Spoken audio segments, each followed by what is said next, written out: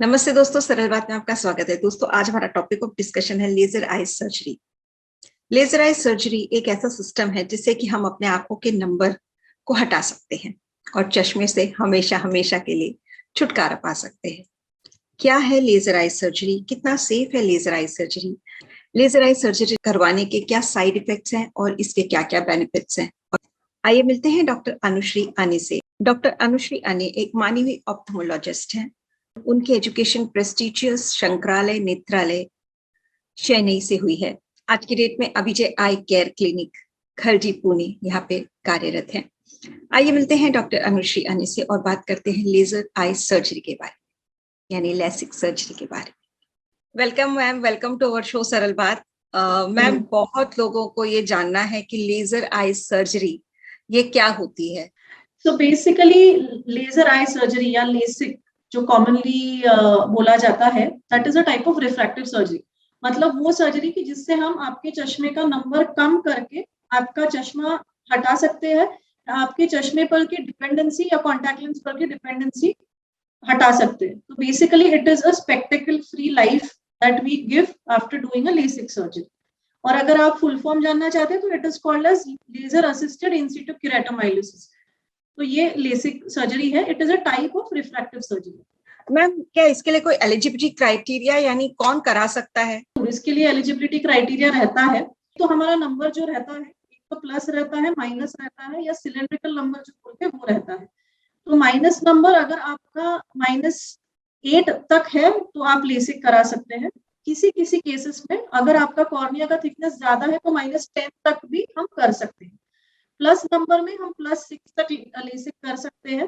और cylindrical power में अगर 4 तक आपका नंबर है तो हम लेसिक कर सकते हैं। अगर इससे ज्यादा नंबर है तो आप लेसिक नहीं करवा सकते, फिर आपको कोई दूसरा लेजर प्रोसीजर या लेजर रिफ्रैक्टिव प्रोसीजर सिलेक्ट करना पड़ता है। So is there any types of LASIK surgery?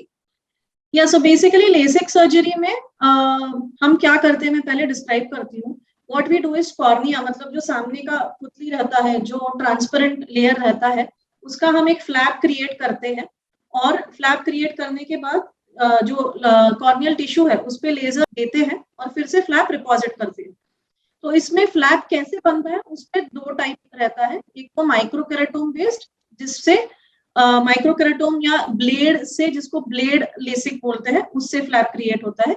Second रहता है फेम्टोसेकंड लेसिक, जिससे लेजर से ये फ्लैप क्रिएट होता है। तो ये लेजर के 2 टाइप, लेसिक के 2 टाइप हो गए। दूसरा एक रहता है कि जैसे हमारे फिंगरप्रिंट्स रहते हैं, वैसे ही हमारे कॉर्निया पे कुछ इम्प्रिंट्स रहते हैं। तो उसके बेसिस पे अगर कस्टमाइज करके हमने लेसिक किया तो उसको कंटूरा विजन लेसिक भी बोला जाता है। तो ये टाइप्स है। एक और टाइप जो रहता है जिसमें थोड़ा जिसमें हम फ्लैप क्रिएट नहीं करते हैं, सिर्फ जिसको PRK बोलते हैं, या नो फ्लैप रिफ्रैक्टिव सर्जरी रहता है, जिसमें सिर्फ हम एक ऊपरी जो लेयर है उसको हटा के ट्रीटमेंट करके फिर उसको वैसा ही छोड़ देते हैं, उसके ऊपर एक बैंडेज कॉन्टैक्ट लेंस लगा देते हैं। तो ये डिफरेंट टाइप्स है। एक और टाइप है जिसको हम स्माइल भी बोलते हैं, जिसमें एक स्मॉल पोर्शन आपके कॉर्निया में से स्मॉल सेगमेंट निकाला जाता है। तो ये डिफरेंट टाइप्स है लेसिक सर्जरी। सो मैम, जहां आप लेसिक सर्जरी के लिए अगर कोई पर्सन जाता है, अगर कोई डिसाइड करता है कि उसे लेसिक सर्जरी करवानी है आंखों की, तो क्या उसको पहले से कोई प्रकार के टेस्ट वगैरह करने पड़ते हैं? ये आपने बहुत इंपॉर्टेंट क्वेश्चन पूछा है। जितना लेसिक सर्जरी इंपॉर्टेंट है उतना ही प्री लेसिक वर्कअप भी बहुत इंपॉर्टेंट है, क्योंकि हमें ये जानना जरूरी रहता है कि क्या आपकी आंख सुटेड है लेसिक के लिए। क्योंकि लेसिक सर्जरी करने के बाद that is a permanent procedure, आपका it can not be reversed. So आपके आंखों का जो हेल्थ है या जो मेजरमेंट्स है वो उतनी चाहिए कि आपकी आंख को सस्टेन कर पाए। तो कुछ टेस्ट है जिसमें से बेसिक एक है जिसको हम कहते हैं पैकीमेट्री, जिससे हम कॉर्निया का थिकनेस मेजर करते हैं। तो अगर आपके कॉर्निया का थिकनेस 500 माइक्रोन से ज्यादा है तो ही हम लेसिक प्रोसीजर कर पाते हैं। And other thing is topography. Topography मतलब कॉर्निया के हर पॉइंट का एक मैपिंग होता है, वो भी बहुत जरूरी रहता है लेसिक प्रोसीजर कराने से पहले। क्योंकि अगर उसमें कुछ पता चलता है कि आपकी पुतले में कहीं वीक स्पॉट्स है या एक कंडीशन है जिसको केराटोकोनस कहते हैं, तो हम लेसिक नहीं कर पाते। और दूसरा एक एलिजिबिलिटी क्राइटेरिया में ये भी मैं बताना चाहूंगी कि लेसिक क्योंकि it's a one time procedure, आपका नंबर जो है वो स्टेबल चाहिए, लास्ट 6 मंथ्स तक तो भी नंबर स्टेबल चाहिए।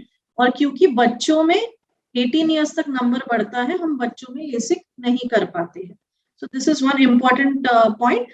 अदर थिंग इज कि प्रेगनेंसी में प्लस नर्सिंग मदर्स में हम लेसिक नहीं कर सकते हैं।